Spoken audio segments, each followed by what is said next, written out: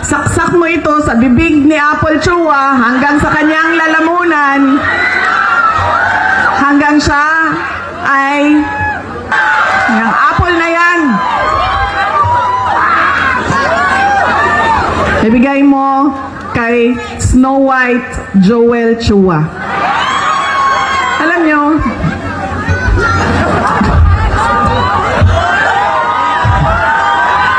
diba si Snow White kumain ng apple tapos nabilaukan. Apple yan. Bigay mo yan sa kanya, saksak mo yan doon sa bibig niya.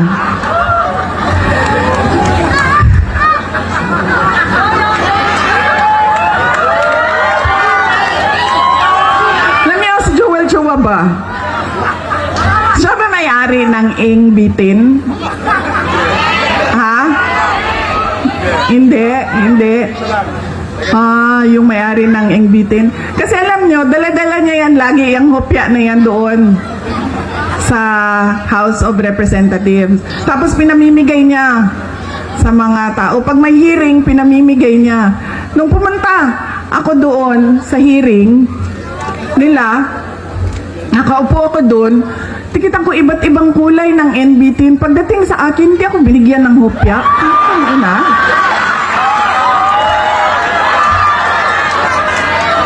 Para bang hindi ako nagugutom? Parang hindi ako karapat-dapat bigyan ng hopya?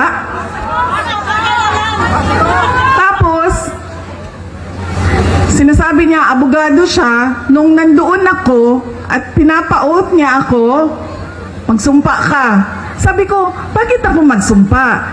Nakalagay sa rules ninyo, ang manunumpa lang ay witness. Hindi naman ako witness dito, resource person ninyo ako. So bakit ako manunumpa?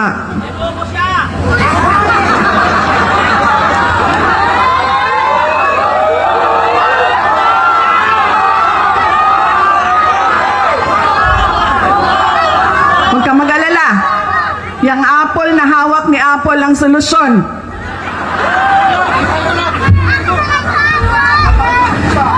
Tapos, sige na. Wag na yan, si Inday Sara, hindi sumasagot. Hindi niya masagot. Bla bla bla, bla bla bla. Tapos sabi ko, okay, sige, walang problema. Pinatawag nila yung mga kasamahan ko sa aming opisina. Walang problema. Sabi ko, anong gusto ninyo? Sige, pupunta kami. Kaya naman namin sagutin yan lahat. Di sige. Pagdating doon, kinulong na niya yung isang kasama namin, si Yusek Lopez. Nagalit na ako. Dahil ako naman yung hinahabol ninyo. Ako yung gusto ninyong paalisin. Ako yung gusto ninyong sirain. Bakit nyo dinadamay yung mga kasama ko sa opisina? Sinabi niya, pasensya na. Sinabi niya sa kapatid ko, pasensya na, sabihin nyo sa kanya. Dahil lahat naman tayo dito, sundalo lang. Kayo, sundalo kayo. Kami, sundalo kami ni Martin Romualdez.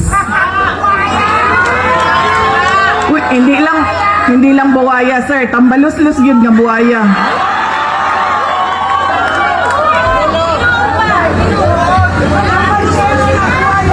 Sinagot siya ng kapatid ko, sundalo tayong lahat, pero kami, sumusunod kami sa tamang orders. Hindi kami sumusunod sa mali.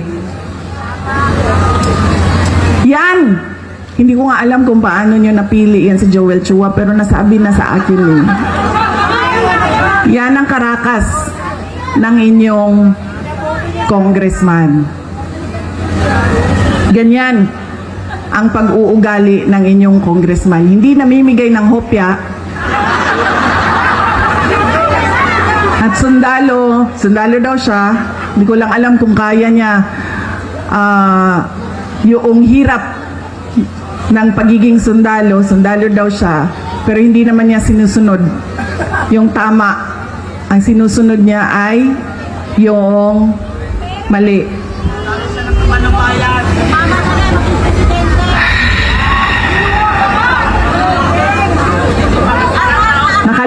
ni Joel Chua nung sinisira niya yung pangalan ko na hindi ako kandidato ngayong eleksyon na ito.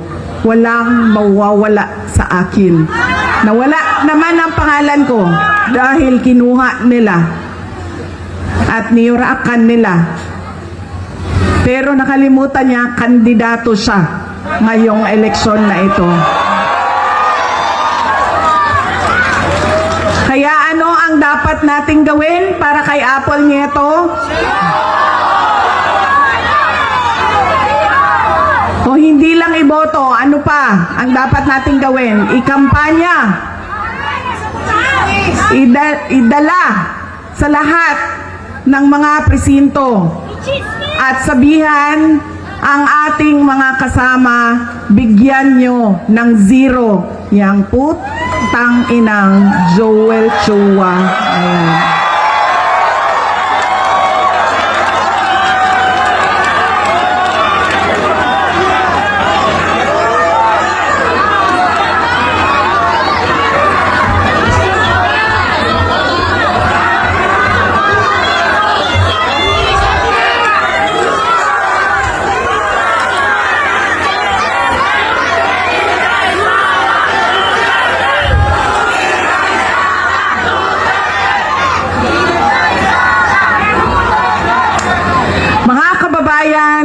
Ang lahat ng ginagawa natin ay para sa Diyos, sa bayan, at sa bawat pamilyang Pilipino. Syukran. Alam nyo,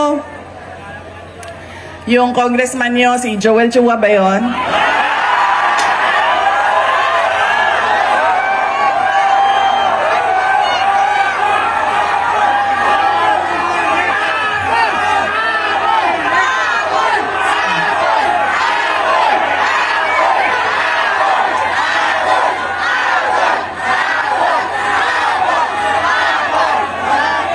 Sabi nung isang kaibigan ko na tiga Cebu, na kaibigan din niya, sabi niya, pare, bakit mo naman ginaganyan si Sara? Wala naman niyang ginawa sa iyo. Sinisira mo ang pangalan. Sabi niya doon sa kaibigan namin, puta pare, hindi ko naman kilala si Sara at hindi niya ako kilala. So ano bang pakialam ko sa kanya? Putang rin. Nandito ako ngayon sa distrito niya.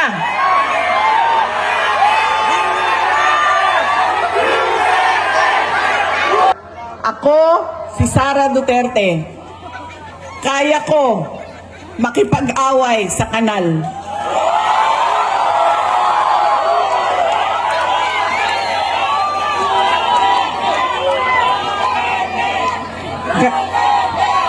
Kami, kung saan kami galing, doon sa Mindanao, sanay kami sa wala. Kaya, walang mawawala sa akin kung dalhin ko ang away na ito dito sa kanal ng distrito ninyo.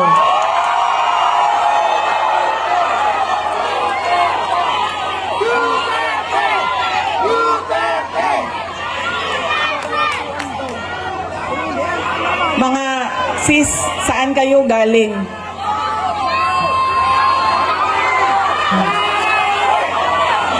Kinsay mga tausog diri? Mga Maranao.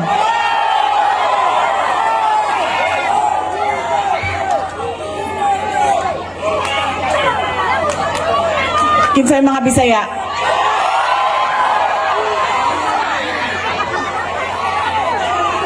Ayaw mong kalimot ha, pag-abot sa adlaw sa piniliay, butangin na ninyo og 0 si Chua.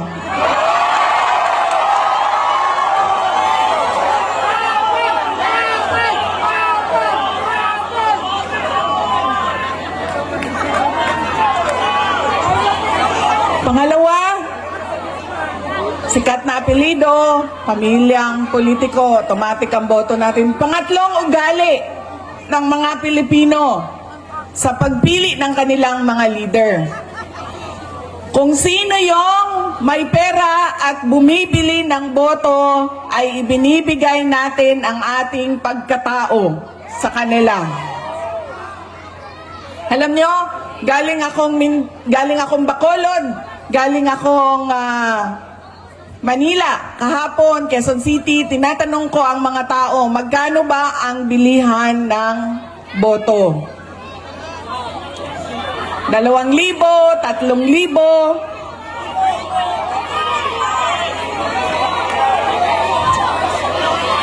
Meron pang bilihan ng boto na tawag ay tupad, akap, AIX, MAIP. Ginawa ng legal ang pagbibili ng pagkatao ng mga kababayan natin. Yan ang ugali natin. Kung sino yung magbabayad, bibigay ko sa kanya ang boto niya. Tanggapin natin ang pera. Bakit hindi? Galing naman, hindi na, ibibigay ko yung buong paako sa inyo kung merong politiko nagbibigay ng pera na galing sa bulsa niya. Lahat yan, galing yan sa pondo ng gobyerno. Buwis natin yan. Tax natin yan na binabayad natin. Tanggapin nyo ang pera. Pero, pag-isipan nyo, karapat-dapat ba itong tao na ito na maging leader ng aming komunidad? Dahil pag binibigay natin ang boto natin at hindi natin pinag-iisipan ang ating shade na pangalan, babalik na naman tayo doon sa hindi ko na kailangan ibigay ang pangako ko sa inyo habang ako ay nangangampanya dahil binayaran na kita para sa boto mo. Ano pa ba ang obligasyon ko sa iyo? Bayad ka para bumoto sa akin. So bakit pa ako magbibigay ng tama at totoong serbisyo? Kami doon sa syudad ng Davao, hindi kami naglalagay kailanman ng budget na pambili ng boto. Alam mo anong nangyayari sa Davao? Yes, ma'am. Ang mga taga-Marawi, naa sa Isla Verde, naa sa Boulevard, boboto sila sa umaga sa Davao City. Dahil boboto sila para sa mga Duterte. Tapos, babiyahe sila papuntang Marawi, Maguindanao, Cotabato City dahil boboto sila para sa bayaran doon. Diba? Truck-truck kayo na bumabiyahe panahon ng halalan para kumuha ng pera sa mga kapitbahay. Mga flying voters, ilang beses ko na yan sinabi sa COMELEC. Kailangan automated ang listahan ng mga tao. Dahil kung hindi ninyo ginawa yan, at hindi ninyo biometrics yan, ganyan lagi ang kultura ng ating halalan. Boboto dito, lilipad sa Bulacan, boboto doon, tatanggap. Ganyan sa amin. Hindi kami nagbibigay. Boboto sila, sa umaga, babiyahe sila, tapos boboto sila doon sa kapitbahay namin. Doon kasi may bigayan ng pera. Yan ang nangyayari sa atin. Sabi ko nga, walang problema. Kunin natin ang pera, pero pag-isipan natin ang ating mga leader. Dahil yan ang kinabukasan. Yan ang magdadala sa atin sa tama o maling kinabukasan ng ating bayan. Alam niyo, masakit sa akin yung pagbibili ng boto. Dahil nga, nawawala yung respeto ng tao sa isa't isa. Nagiging transaksyon. Mahalin mo ako, bayaran kita. Pag hindi mo ako bayaran, hindi kita mamahalin. Nagiging transaksyon ang ating mga relasyon sa ating mga kababayan. At masakit sa akin dahil sino ba at kaninong boto ba ang binibili ng mga politiko? Sa mga mayayaman ba? Sa mga mataas ba ang trabaho at natapos? Mga doktor, binibili ba ng 2,000 ang kanilang boto? Mga engineer na kumikita ng 1 milyon isang buwan, binibili ba ng 2,000 ang kanilang boto? Hindi. Ang binibili ang boto, yung mga tao na araw-araw naghihirap, nagtatrabaho, naghahanap buhay dahil ang 2,000 ay napakalaking bagay para sa pamilya nila.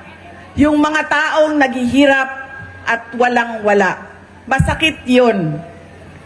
Dahil pinagsasamantalahan yung kahirapan ng mga tao. Dahil ba walang-wala ako, bibilhin mo na ang aking dignidad at prinsipyo. Yan ang ugali natin, mga Pilipino. Kung sino yung naaalala, bahala na. Hindi ko na tatanungin kung ibibigay mo ba pangako mo. Kung sino yung sikat. Kung sino yung malaking pamilyang politiko. At ibinibigay natin yung pagkatao natin sa taong magbabayad, sa tamang presyo. Kaya kailangan, madami ang nagtatanong, ano bang magagawa namin? Ano bang matutulong namin, Inday Sara? Wala na kayong matulong sa akin. Tumulong na kayo. Ginawa niyo na akong pangalawang pangulo ng ating bayan. Oh, sa susunod yun, sir.